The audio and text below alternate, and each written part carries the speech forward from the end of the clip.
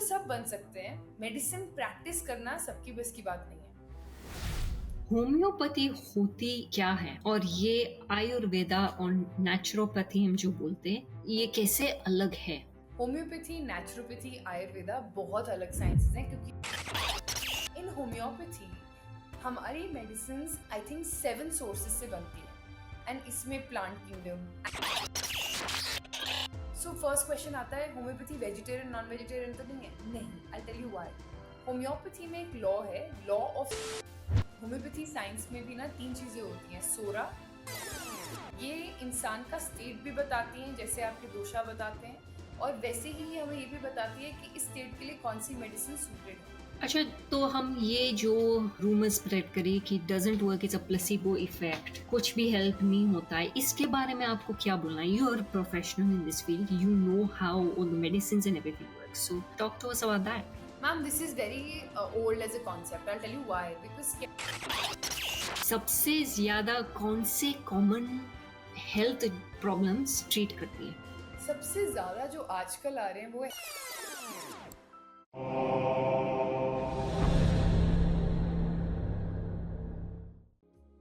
आप लोगों ने आयुर्वेद के बारे में बहुत सुना है। मैंने एक पॉडकास्ट किया डॉक्टर तानिया बख्शी के साथ। वो पॉडकास्ट था होम्योपैथी पे। मुझे ये जानना था कि होम्योपैथी और आयुर्वेद में कितना डिफरेंस है और क्या क्या डिफरेंसेस है। तो मैंने ये बहुत कुछ जाना है ये पॉडकास्ट करके डॉक्टर तानिया बख्शी के साथ होम्योपैथी के बारे में। Welcome doctor Tania on inner habit. नमस्ते डॉक्टर तानिया, कैसे हैं आप? नमस्ते श्रुति, मैं बिल्कुल ठीक हूँ, आप कैसे हो? मैं ठीक हूँ। हमने तो वैसे भी बहुत बातें कर ली है, लेकिन अब फॉर्मल पॉडकास्ट शुरू हो रहा है। फॉर्मल मत समझिए, इनफॉर्मल ही समझिए, अच्छा लगेगा अगर हम इनफॉर्मल कॉन्वर्जेशंस करते हैं। बिल्कुल, लेट्स बिगिन। डेफिनेटली। अच्छा डॉक्टर तानिया, आपके बारे में थोड़ा बताइए। आप होम्योपैथी स्पेशलिस्ट है, तो ये आपने कैसे सोचा कि मुझे होम्योपैथी करना है? क्योंकि हम लोग आयुर्वेद को जानते हैं, मैं तो नेचुरोपैथी भी जानती हूँ, लेकिन होम्योपैथी वाज वेरी रेयर। जब मैंने सुना, मैंने रिसर्च किया, तो उसके बारे में थोड़ा बताइए, आपने कैसे होम्योपैथी शुरू किया? मैम, आपने एक क्वेश्चन बोला दैट आपने होम्योपैथी चूज कैसे किया, क्योंकि चॉइस थी नहीं थी। फॉर मी पर्सनली, मैं जब बड़ी हो रही थी तो मेरे आसपास सिर्फ होम्योपैथी की बातें होती थी। लोगों के नॉर्मल डाइनिंग टेबल पे क्या बात होती है? आज खाने में क्या बना है, हमने क्या खाया, आज घिया है, कल चिकन है, फिर तोरी है, फिर टींडा है, व्हाटएवर, राइट। हमारे घर में क्या बात होती थी डिनर टेबल पे, कि जेनेटिक्स का रोल क्या है, और जेनेटिकली डिजीजेस कैसे पास होती हैं, और हमारा जेनेटिक प्रोफाइल क्या है, या डिसमेनोरिया क्या होता है फीमेल्स को, और पीएमएस क्या होता है फीमेल्स में और कब आता है, और हार्ट डिजीजेस कैसी कैसी होती हैं, जब हार्ट अटैक आता है तो क्या करते हैं। अच्छा, डिसमेनोरिया कितने टाइप्स का होता है, कब होता है, विच इज़ पीरियड पेन। हमारे इतनी ज़्यादा कॉन्वर्जेशंस होती थी हमारी डाइनिंग टेबल पर, just about medicine, knowledge, homeopathy, कि मुझे एक दिन याद नहीं है जब मैंने घर में जैसे हम लोग खाना खाते थे, उसके बाद ना मेरी मदर को ब्रोंकाइटिस था, एंड वो ना कॉफिड पीती थी, which is one of our homeopathy medicine. तो मुझे एक दिन याद नहीं है जहाँ हम सब ने बैठ के कॉफिड, अस्थाइड ना पियो, you know, because it's so common, like हाँ, खाना आ रहा है, खाना जा रहा है, फिर हमने होम्योपैथी ले रहे हैं। हमारे लिए एक रूटीन था। अच्छा, पेट दर्द हो रहा है, ये वाली दवाई खा लो, यू नो। अच्छा, ये गैस्ट्रोइड है ना घर में, ये है ना घर में, लाइक मुझे याद है जब हम लोग ट्रिप्स पे जाते थे, और पूरा चाइल्डहुड, एंड हमारे साथ पूरा एसओएस किट होम्योपैथी का जाता था।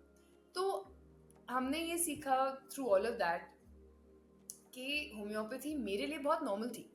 मतलब आप सोच नहीं सकते, मेरे जो स्कूल की टीचर्स थी ना, वो मेरे फादर के क्लिनिक में आके फ्री दवाई लेती थी और मैं 5th 4th स्टैंडर्ड में होती थी, तो मैं उनको स्कूल से बिठा के घर पे लेकर आती थी, and they said no, we wanted treatment, and they used to come with me, and then they used to of course go in the clinic, see my father.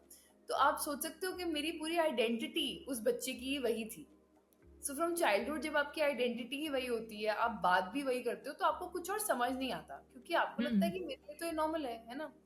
So this is how it was never a choice, but it became a lifestyle choice very early to me. Like मेरे को I remember मैं काफी बीमार पड़ी हूँ बचपन में, but शायद मुझे कभी भी एंटीबायोटिक्स स्टीरॉइड्स घर पे आ ही नहीं रहे थे.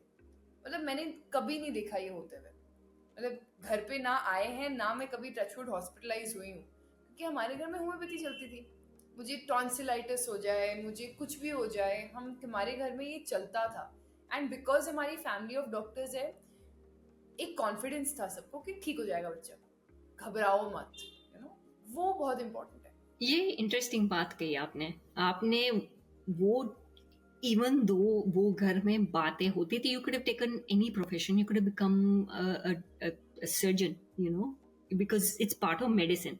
लेकिन आपने चॉइस लिया कि होम्योपैथी करना है. जैसे कि मेरे डैड बिजनेसमैन है, ठीक है, तो मैं 10 साल की थी तो मैं उसके साथ ऑफिस भी जाती थी. तब मेरी सोच हमेशा यही होती थी कि मैं भी मेरा डैड का बिजनेस रन करूंगी. वो तो कभी हुआ ही नहीं. It's a good thing in essence कि नहीं हुआ. लेकिन you went with it and that is the amazing thing. I went with it because also मुझे लगता है मेरे पास चॉइस ज़्यादा नहीं थी. Destiny also had a very big role to play, and मेरे को लगता है हमारी चॉइसेस जितनी भी बड़ी हो जाए, डेस्टिनी से ऊपर कुछ नहीं है. आप बिलीव नहीं करोगे, 12th में एक फेज आया था लाइफ में जहाँ मुझे होम्योपैथी नहीं करनी थी. मैंने 12th ग्रेजुएट कर ली, I got my result, I said मुझे नहीं करनी, मुझे I need a break, I need a hiatus. I need a little bit of a break before my college. I want to take this little bit of a break, and I don't want to do anything. I want to take a gap year for 1 year. And मैंने बोला मुझे gap year चाहिए. मेरे parents ने बोला बिल्कुल नहीं, क्योंकि इंडियन पेरेंट्स को कहाँ गैप ईयर समझ में आएगा. वो बोलेंगे घर पे बैठ के क्या करोगे तुम, और उस टाइम मेरा इंटरेस्ट फिलैंथ्रोपी में बहुत था एंड सोशल सर्विस में बहुत था. So I also started my own organisation at 19. I was a social entrepreneur, did a lot of work in positive mental health. And then while I was doing that work, somehow I had to go to college because there was so much pressure at home that you have to go to college. So I sat down for entrances exam लिखे and college किया. अब college करने के बाद ना, जब आप college medical profession में जाते हो तो आप मेडिकल कीड़ा बन जाते हो. कोई भी जो मेडिकल प्रोफेशन में जाता है, मुझे लगता है उसने देखा है कि हार्डवर्क क्या होता है, परसिवियरेंस क्या होता है, आपको कितना करना पड़ता है अपने एग्जाम्स के लिए, कोर्स वर्क मटेरियल, और वो आज भी काम आता है. I will give credit to that. Doctor सब बन सकते हैं, मेडिसिन प्रैक्टिस करना सबकी बस की बात नहीं है. एंड वो चॉइस जैसे आपने बोली ना, to take over that business and take over that choice, again destiny had a role to play. मेरे अंकल की डेथ हो गई थी 2020 में because of Covid, which led me to, उस टाइम क्या था, हमारा कॉलेज भी बिल्कुल ऑनलाइन चल रहा था एंड कोविड था, एग्जाम्स जा नहीं सकते थे. तो हुआ ये कि उनकी डेथ हो गई एंड मेरे को उस टाइम डबल रिस्पॉन्सिबिलिटी आ गई. I had to take over my business as well and I had to take over this as well. और मुझे अभी तक याद है, my college principal said, Tanya, education I know you'll handle, but this is something that nobody else can handle. And that's when I realized I have to grow up. And suddenly in minutes I had grown up. Minutes, ऐसा लगा कि मिनटों में you had to do everything, every single thing. And today I was just screaming at somebody before this call and I was saying that सब कुछ मैं करती हूँ, काम भी मैं कर रही हूँ, ये भी मैं कर रही हूँ. Somehow ना आपकी एक आइडेंटिटी बन जाती है that I've come at a position in my life where I do everything and anything. And today, earlier I used to crib about it. Today I say, maybe God has chosen me to do everything and anything. Because I can. Not everybody has it in them to finish tasks, to do it. And I think that's what led me to choose the entire family business. Because I can. A lot of people in my family indirectly did not even choose family business. So I have a few siblings, and inadvertently they were not able to take up the family business. They were too messed up in a lot of other things that they had on their hand, and I don't think that's wrong, but it's just that it's very different, and I didn't have an option because I could do everything. So I said, okay, I'll do it. That kind of a approach is there, that you can do everything. You don't know anything. When I entered, I knew nothing. I was a medical student. What will I know about anything else? So that. अच्छा, तो मुझे ये बताइए, homeopathy होती क्या है? और ये आयुर्वेदा और नेचुरोपैथी हम जो बोलते हैं, इसमें ये कैसे अलग है? होम्योपैथी, नेचुरोपैथी, आयुर्वेदा बहुत अलग साइंसेज हैं क्योंकि इन तीनों के लॉज बहुत अलग हैं। इनफैक्ट एलोपैथी के भी लॉज बहुत अलग हैं। हम सब में डिफरेंस ये है कि एलोपैथी में जो मेडिसिन होती हैं वो केमिकली बनाई जाती हैं लैब्स में आपको ट्रीट करने के लिए। उसमें कुछ गलत नहीं है। Allopathy can be life saving also in a lot of scenarios. I am not saying that. I am saying that every single science is different. Ayurveda, you'll see a lot of different preparations. You'll see through plants, you'll see through minerals, you'll see a lot of stuff happening, right? In homeopathy, हमारी medicines I think 7 sources से बनती हैं, and इसमें plant kingdom, animal kingdom, mineral kingdom, imponderabilia, आपको medicines दिखेंगी X-rays से. There's a medicine called X-ray 30 जो सिर्फ X-rays से बनती है, you know? आपको इंडिजिनियस लोकल फ्लावर्स मिलेंगे. सो आपको इतने डिफरेंट डिफरेंट सोर्सेज मिलेंगे. Then you see nosodes and sarcodes which are excretions of animals and remains of animals. So उनसे भी बहुत दवाइयाँ बनी हैं होम्योपैथी में, बहुत दवाइयाँ. सो फर्स्ट क्वेश्चन आता है, होम्योपैथी वेजिटेरियन नॉन वेजिटेरियन तो नहीं है? नहीं. I tell you why. Homeopathy में एक लॉ है, लॉ ऑफ सिमिलिया. दूसरा लॉ है लॉ ऑफ पोटेंटाइजेशन. ये दोनों लॉज ही होम्योपैथी को पूरा का पूरा समझाते हैं और इसको काइंड ऑफ एक साइंस बनाते हैं. कैसे? जो लॉ ऑफ सिमिलिया है वो ये बताता है कि एज अ डॉक्टर या as a non medical professional और anybody who has homeopathy knowledge, I will give you a certain medicine. वो मेडिसिन लॉ ऑफ सिमिलिया से मैच करनी चाहिए. जैसे मैं आपको हेडेक की मेडिसिन दूंगी, तो मैं आपको हेडेक की मेडिसिन वो दूंगी जब आपका थ्रॉबिंग हेडेक है, आपको रेडनेस हो रही है, आपको सेंसिटिविटी है, जारिंग सेंसेशन है, मैं बेलाडोना सोचूंगी. अगर आपको गैस्ट्रिक की वजह से हेडेक हो रहा है तो मैं नक्स वोमिका सोचूंगी, राइट? या मैं अब अदर पेटेंट्स के बारे में सोचूंगी, जैसे गैस्ट्रोइड हो गया या कुछ और हो गया. I think about those terms. उसमें मैं सोचती हूँ law of similia. Whatever the patient is suffering from, I will pick a similar medicine, right, if not the same, and give it to the patient. Law of similia. जब हम बात करते हैं law of potentisation की, ये हमें ये बताता है law that every single raw material, मैंने लिया सपोजिटली सिलिशिया सैंड से लेते हैं हम, राइट? सपोज जब सैंड में सिलिशिया होता है, मिनरल होता है. एग्जाम्पल अगर आप सैंड से लेते हो, not saying that we take it from sand, right? Silicea is basically a mineral और इसको हम यूज करते हैं as a medicine in homeopathy. Now how do you do that? Via law of potentisation. अब हम आपको रॉ सिलिशिया तो नहीं खिला सकते, मैं आपको रॉ हर्ब तो नहीं खिलाती, और या मैं आपको ब्लाटा तो नहीं खिलाती, रॉ डेड कॉकरोच. एपिस तो नहीं खिलाती, रॉ डेड बी नहीं खिला सकते ना. This is wrong, this is not ethical, right? What did we do, what did our founders do hundreds to hundreds years back? उन्होंने क्या किया? लॉ ऑफ पोटेंटाइजेशन बनाया, जहां पे हम एक part of that raw material लेंगे और उसको 99 पार्ट से डाइल्यूट करेंगे. ठीक है? जब हम डाइल्यूट करते हैं कोई भी चीज, उसके बाद हम फिर उसमें से एक पार्ट लेंगे, हम उसको कॉन्स्टेंटली डाइल्यूट करते जाएंगे. उससे क्या हो रहा है? रॉ मटेरियल दिखेगा आपको? नहीं दिखेगा, राइट? और जब हम डाइल्यूट कर रहे हैं तो क्या हो रहा है? उसकी पोटेंसी बढ़ रही है. अगर आपने नोट किया हो होम्योपैथी मेडिसिन में ना 30, 200, 1m, cm ऐसे पोटेंसीज होती हैं. माना जाता है कि लॉ ऑफ पोटेंटाइजेशन में आपको जितनी हायर द पोटेंसी उतना stronger the medicine, right?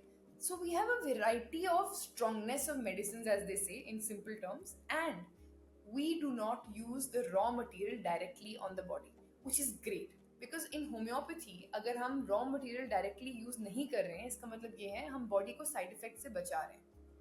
That is the key.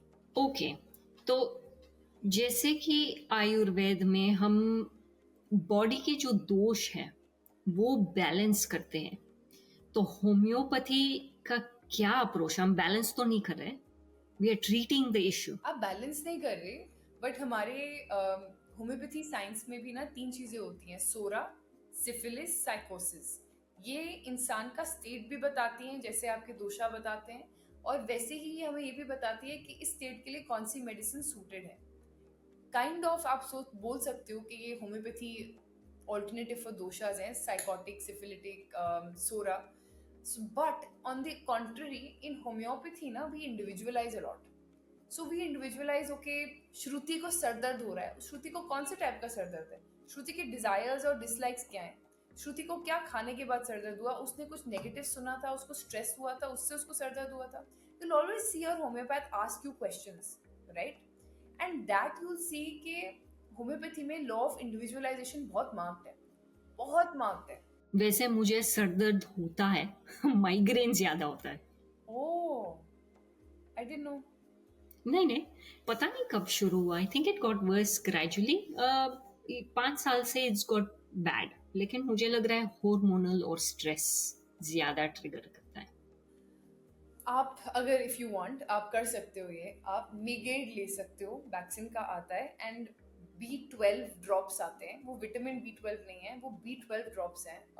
B drops मतलब वैक्सीन ड्रॉप्स, उसमें भी एक कॉम्पोजिशन है जो माइग्रेन SOS के लिए भी बहुत अच्छी है एंड जनरली के लिए भी बहुत अच्छी है. मैंने बहुत दी है और बहुत अच्छे रिजल्ट्स हैं, बहुत अच्छे रिजल्ट्स हैं. अच्छा, जस्ट वो एवरीवन, वो मेरे लिए एडवाइस था, प्लीज सीक प्रोफेशनल एडवाइस. अच्छा, आप अपने क्लिनिक में सबसे ज्यादा कौन से कॉमन हेल्थ प्रॉब्लम्स ट्रीट करती है? सबसे ज़्यादा जो आजकल आ रहे हैं वो है hair fall. I started my practice with hair fall also, and मैंने हेयर फॉल में काफ़ी केसेस ठीक करे हैं. Second would be anxiety. Anxiety बहुत बढ़ गई है, मेंटल स्ट्रेस बहुत बढ़ गया है. मुझे नहीं याद एक पेशेंट जो अब ये ना बोले वो उसको स्ट्रेस नहीं है. तो स्ट्रेस एनजाइटी बहुत बढ़ गया है. आई थिंक उसके बाद हम बोलेंगे gastric problems and skin problems, acne, बहुत बहुत इसके भी केसेस आते हैं. एंड लास्टली आई से फीमेल डिसऑर्डर्स और specific male disorders, I mean male sexual health disorders. You know, I am not surprised कि आप स्ट्रेस और एंजाइटी को, यू नो, बहुत लोग आते हैं ट्रीटमेंट के लिए. I am actually not surprised. मैं जब भी किसी से बात करती हूँ ना, तब वो लोग मुझे खुद बताते हैं कि ओ आई एम सो स्ट्रेस्ड. पूछो तो कौन सी स्ट्रेस है, तो पता नहीं कौन सा लेवल का स्ट्रेस होता है. It has become such A common thing in society. मुझे लग रहा है social media plays a part in it, but also our work environment. आपका इसमें कोई thoughts है? आई थिंक हमारी जनरेशन में ये प्रॉब्लम है कि हम लोग में कंपैरिजन बहुत है आज. सो मुझे 100 चीज़ें करनी है. मुझे सोशल मीडिया पे भी अच्छा बनना है और अच्छा लगना है. मुझे काम भी अच्छा करना है. मुझे कंपैरिजन है कि वो इतना कमा रहा है, मैं भी इतना कमाऊँ. वो इतना कर रहा है तो मैं भी उतना करूँ. जब आप किसी भी इंसान को कंपेयर करने लग जाते हो ना दूसरे से, थिंकिंग दैट मेरे पास तो कुछ नहीं है, उसके पास सब कुछ है, you not only lose yourself but you also make it very difficult for your mental health.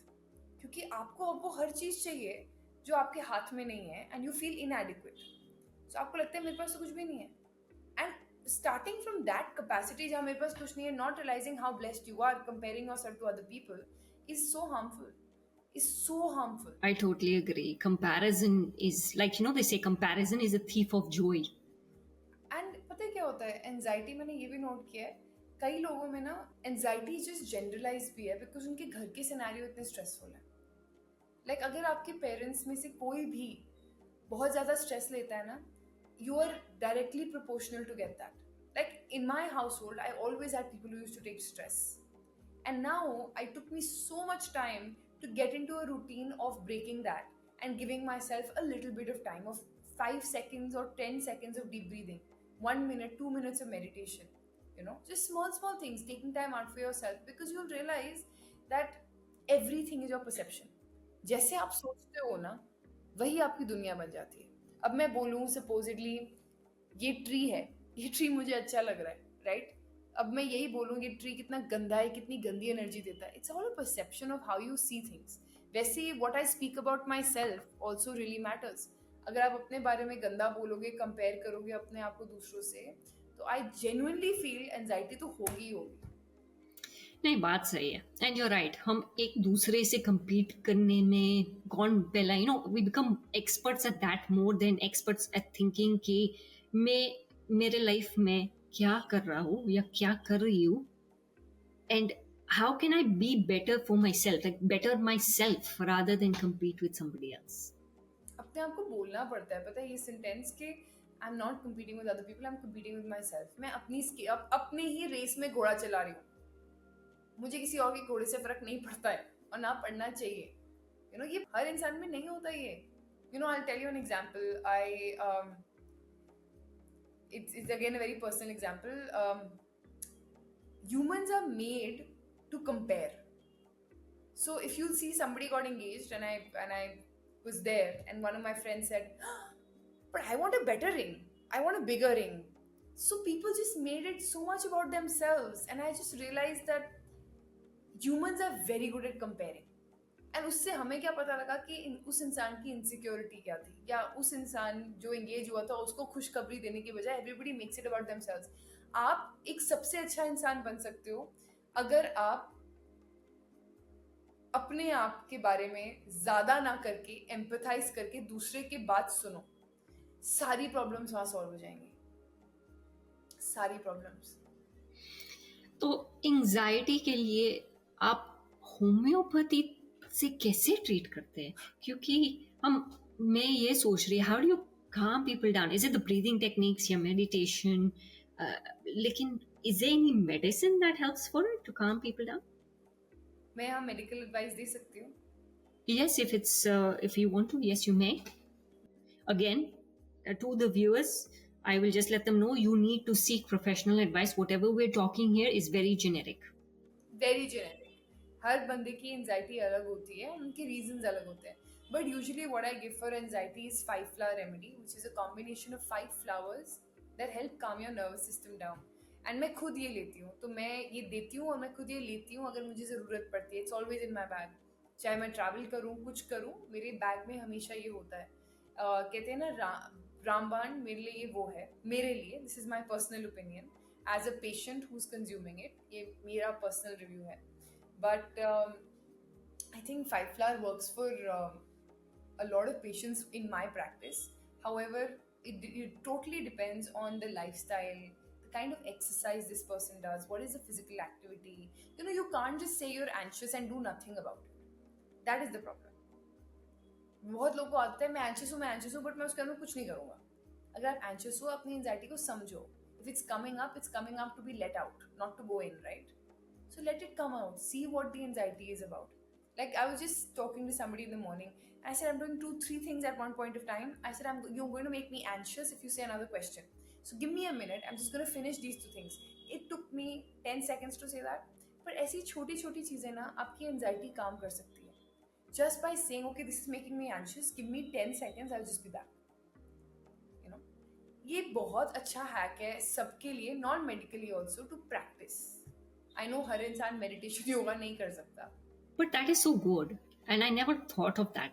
क्योंकि जब मैं काम कर रही हूँ ना, तब 10 चीजें हो रही होती है और फिर you got somebody screaming, and वो होता है, काम पे जरूर होता है, जहाँ पे यू हैव समबडी सेइंग कि ये ऐसे करो, ये ऐसे करो.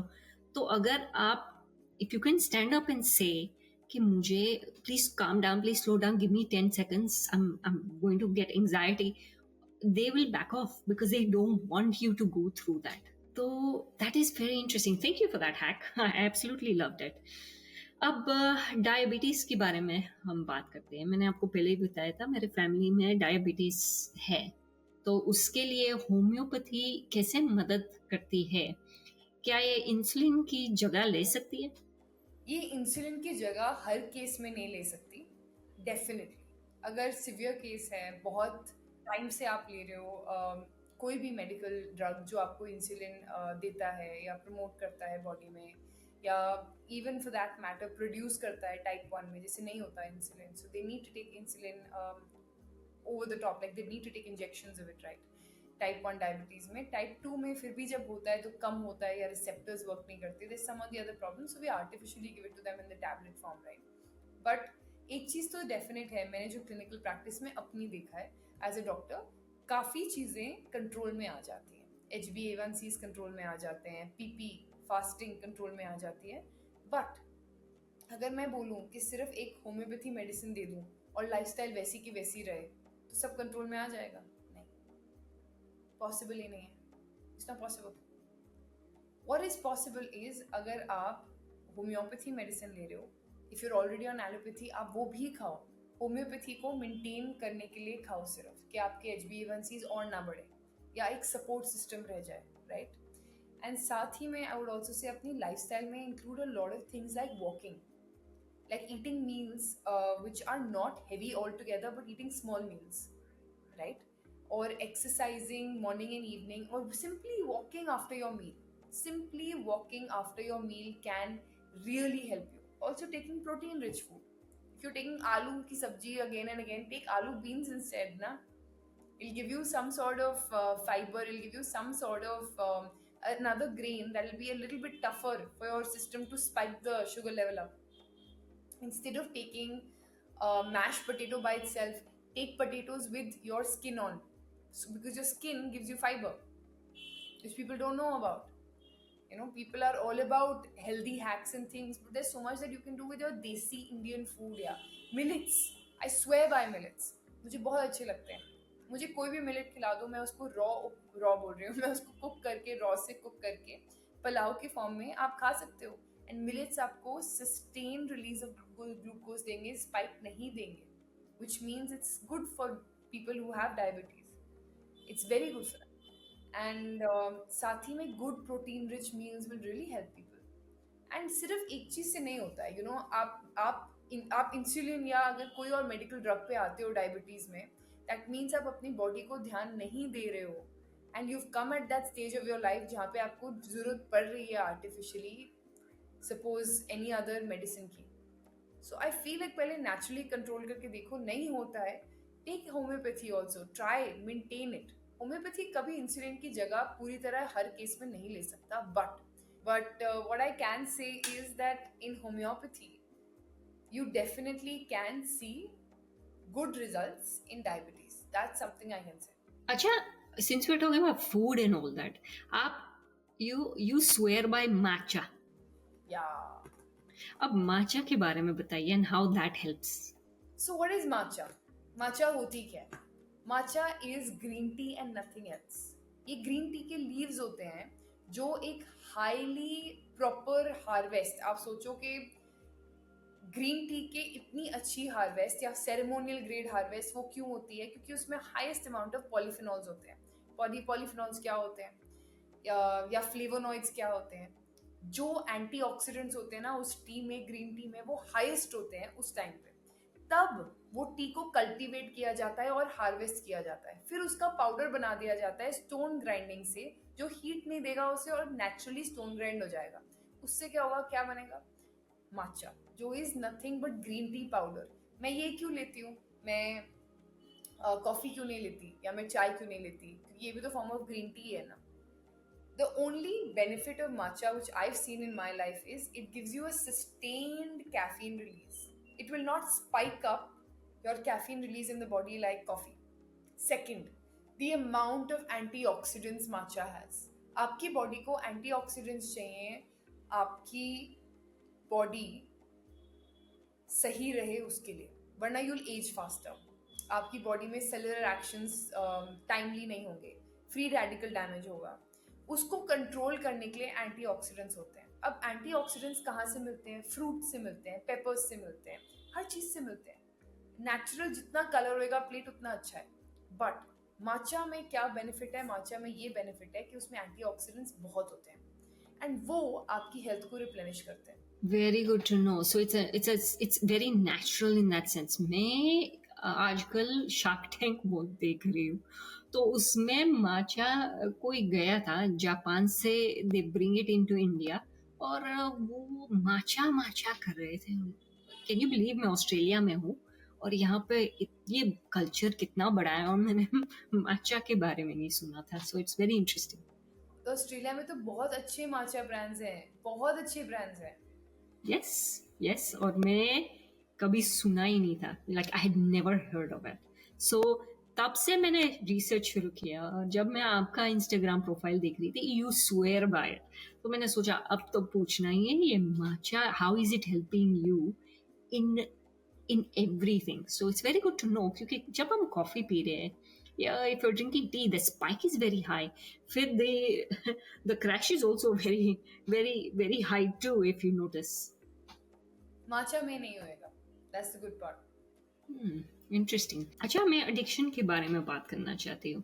एडिक्शन ट्रीटमेंट में होम्योपैथी का क्या रोल है? Do you use it for withdrawal symptoms reduce करने के लिए, या फिर हाउ इज इट यूजफुल? मैं इसलिए पूछ रही हूँ क्योंकि मैंने एक दो दूसरे पॉडकास्ट सुने हुए हैं, and from what I am hearing, weed for example universities में और इंडिया में बहुत कॉमन हो रहे हैं, या ये चीज बहुत कॉमन हो रहा है. अब आई एम अवेयर कि there is taking weed for leisure and there is also using weed, it's called CBD, for other health issues. तो वो डिफ्रेंशिएट करना है. और if you take weed as for leisure, तो एडिक्शन ट्रीटमेंट लोगों को चाहिए if they want to get out of it. मैं इसलिए पूछ रही थी. नहीं, डेफिनेटली आज मैंने भी न्यूज़ में पढ़ा था कि काफ़ी जगहों में इंडिया में आज वेप्स बहुत कॉमन हो गए हैं. आई थिंक यंग अडल्ट्स को आज बहुत नॉर्मल लगता है वेपिंग करना, जबकि vaping is also harmful for their health. In fact आप किसी भी स्कूल में वेप्स बैन कराओ तो आपको पता लगेगा कि कितने बच्चे एक्चुअली वेप कर रहे हैं. आप ban, I honestly feel like it is the worst for their health, for their respiratory health. It's really bad. एक चीज़ है, आप डेफिनेटली एडिक्शन तो कम कर सकते हो with counselling, psychology and homeopathy. You have to use all three layers of support. You have to counsel the patient. You have to use you have to see the psychology of the patient and the parents. उनके घर की habits क्या हैं, वो क्या use कर रहे हैं, क्या नहीं यूज़ कर रहे हैं, उनकी इमोशनल हैबिट्स क्या हैं, और फिर आप होम्योपैथी मेडिसिन भी दे सकते हो. और मैंने कई केसेस में दी है, कई केसेस में दी है. तो एक्चुअली ये एडिक्शन में हेल्प करता है? हाँ, to get rid of it. या केस था, वो आया था यूके से, एंड वो इंडिया शिफ्ट हो गई थी, लड़की थी, and she had severe case of addiction. And she said, your particular and she didn't even know me. She said, this particular medicine helped me a lot in addiction. I said, which one? They said, Gotox. I said, how did you take it? And then I gave her another treatment with it as well. And she was much better. She said, I was able to control certain of my cravings and all of that. So that. Vaping is very interesting. आपने जब vaping mention किया तो यहाँ पे अब बहुत strict हो रही है वेपिंग की वजह से. It has become a situation जहाँ पे if you do it very continuous, your lungs I think collapse और समथिंग. 100%. 100%. आपकी रेस्पिरेटरी हेल्थ इतनी डैमेज होगी. See, let's understand science. Okay, there are certain molecules that will attach to oxygen in your respiratory system. But जब oxygen की जगह nicotine जाएगा ना, वही रिसेप्टर्स निकोटिन से अटैच कर जाएंगे, तो oxygen capacity in the lungs will decrease. What will happen? Body will have lower levels of oxygen compared to normal, because your body is adapting and binding to nicotine or any other addictive substance, right? And that is not healthy for the body. Your oxygen capacity will be impacted severely, and tomorrow there's another wave of COVID. God help these lungs, honestly. So a lot of people would have lost their lives if they were doing these things, or potentially be very serious hospital में when COVID came, and if they were doing vaping, smoking as well was a big cause. आप ये सोच लो that ये नई generation का smoking का trend है जो डाई डाउन होना चाहिए, अगर हमें हेल्थ की बात रखें और अगर हम हेल्थ के बारे में सोचें. बट यंग जनरेशन तो सुनती नहीं है. That is a massive issue, क्योंकि वो उसको लग रहा है it's a high, you know, I am cool, I am the best. और ये चीज ना, द बेस्ट, हम लोगों को द बेस्ट नहीं द वर्स्ट बना देती है. बिल्कुल. एंड आई फील लाइक आपको पता है स्मोकिंग के लिए सबसे अच्छी चीज़ क्या है? उसके सामने उसके प्रोडक्ट के ऊपर लिखा जाता है इंजूरियस टू हेल्थ, एंड उसके सामने पिक्चर्स दिखाई जाती हैं कि ये हशर होगा आपका अगर आप स्मोक करोगे, राइट? तो tobacco is also similar as well. And I think it's, for me personally, as a choice, if I were to tell young adults in the clinic, is vaping good? It's horrible. Don't do it. Don't do it. It won't help you in any manner possible. अच्छा, pregnancy के दौरान is it safe कि हम homeopathy use करें? ये बहुत मैंने सुना है, और होम्योपैथी के बारे में बहुत चीजें बाहर निकलती है, जैसे कि देयर इज स्केप्टिसिज्म, जो हम बोलते हैं कि इट इज नॉट सेफ, या homeopathy is not good, it doesn't help, it's a placebo effect. तो मुझे इसलिए पूछना था क्योंकि प्रेगनेंसी में हम यूज़ कर सकते हैं? प्रेगनेंसी में होम्योपैथी यूज़ होती है। इनफैक्ट मेरे काफ़ी पेशेंट्स हैं जिनको मॉर्निंग सिकनेस होती है और मैं उनको होम्योपैथी देती हूँ बेटर होने के लिए। ऐसे काफ़ी पेशेंट्स हैं जो आते हैं ड्यूरिंग द प्रेगनेंसी, हमें खांसी जुकाम हो गया, हमें कोई दवाई दे दो, मैं उनको भी दवाई देती हूँ। मुझे कहीं नहीं लगता कि इसमें 1% भी की भी कोई प्रॉब्लम है, प्रोवाइडेड एक डॉक्टर आपको गाइड करे। सो अगर आप हमारे पास आ रहे हो, you come to me, you come to any of our doctors at Baxon, we are all here to help you. अच्छा, तो हम ये जो रूमर स्प्रेड करें कि doesn't work, it's a placebo effect, कुछ भी हेल्प नहीं होता है, इसके बारे में आपको क्या बोलना है? You are professional in this field, you know how all the medicine and everything work, so talk to us about that. Ma'am, this is very old as a concept. I'll tell you why. Because skeptics exist in every single field. And now I feel like I've heard this question so many times since my graduation, before my graduation, that I feel like I genuinely feel people have moved far ahead, but when will people learn? Today, there are lakhs of people taking homeopathy in India. Lakhs. And they're all getting results. And these are provided not people, not even people who go to doctors, not all of them. Not all of them go to doctors, they go to homeopathy stores. Today, homeopathy stores, around 50 to 60 homeopathy stores pan India, at least. Retail stores pan India, on an average, 50, 60 stores pan India, serve at least 100 to 100 people in a day. So, are you telling me that homeopathy still doesn't work? Then why are people coming back? Why is it that we've built a practice on homeopathy where I have all these patients to see after this call ends? Or the fact that every single day people are getting better? I think it's just scepticism, क्योंकि क्या होता है ना, हमें कोई भी चीज़ जब समझ नहीं आती, हम क्वेश्चन करने की जगह उसको क्रिटिसाइज करते हैं and accept what is acceptable to you, but do not reject what is not acceptable to you. So if you don't like eggs and I'm giving you eggs and you're saying no, eggs are bad for you, eggs are bad for everyone, no, you can simply say okay, I don't understand eggs, they don't do well for me, that's it. It's a very different way of thinking, but in all terms science की बात कर लेते हैं. When it comes to science, it has been proven multiple times, and I'll tell people, or to all the skeptics, if they really want to learn, uh, I'll give all credits to Dr. E.S. Rajendran. Please Google him and please see his research on homeopathy, where he has said that under nanotechnology, even if seeing a certain medicine like pulsatilla in water, the water changes certain structures naturally if seen or observed under a microscope. And this he's done countless times. You can see the entire research is there. The fact that there are so many researches on one particular medicine curing a headache, or not curing, not even curing, I'll not use that word, or treating a headache, or one particular medicine treating stomach pain, cold and cough, which we often talk about at backs and cold and cough. So I genuinely feel it's skepticism, where they don't know what they're saying. And our frequency of medicine is also not very similar to others. So you won't be able to test everything in homeopathy under a microscope. You will not find that. Why did I use the word nanotechnology? Because we're above the Avogadro constant, right? You can't even see a molecule, and you can't test it normally. So what we observe is law of vibration here. What we observe here is not just law of vibration, but also seeing how a certain medicine can be even more effective when given via law of potentization. And I think that is enough. Like, there are so many researches where they've seen that the structure of the water also changes while we have a particular few drops of a certain medicine in it when observed. So, these are small things that make us believe that homeopathy works. Not that I need any believing, but for people who think that homeopathy doesn't work, try it. You don't believe me, you don't believe the researches, try it.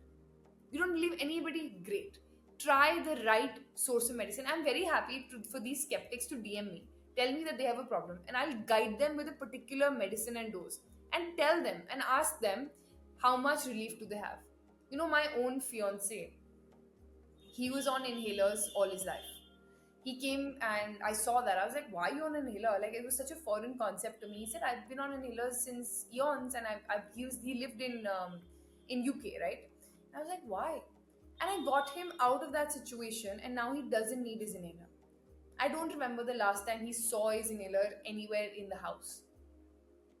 So I'm just trying to say, if I can do that, if I can treat my own hair fall with homeopathy, if I devised this spray called the hair reviver spray. What did I do? I combined a few mother tinctures that work for hair growth and hair fall in homeopathy, and I just applied it. I applied it today morning as well.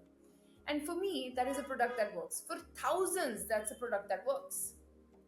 So I think that is very important, where you have conviction that you're using the right product and you have the right knowledge about that particular homeopathy medicine. B, use it in the right doses. I think that's all that's needed.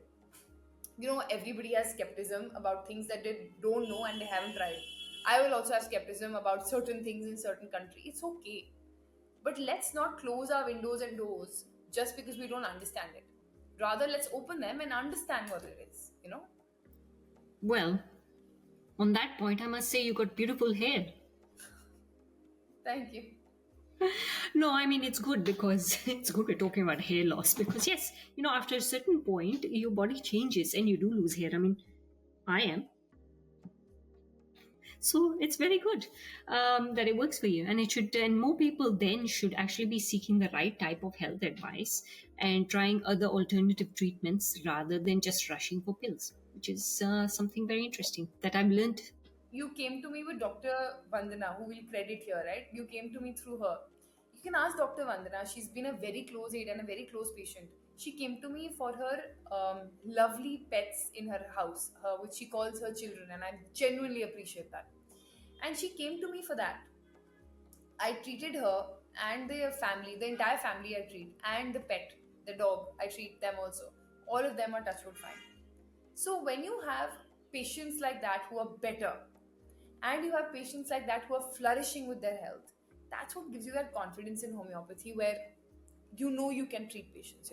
Tell me, you also can treat animals with homeopathy? Yeah, 100%. 100%. Is their treatment different for animals? Well, we can use the same medicines. Medicines don't matter, the doses matter. How you give it. Like in certain cases, we give it in globules in adults, which are sweet sugar pills, but here we'll give them in dilution, which is normal liquid drops.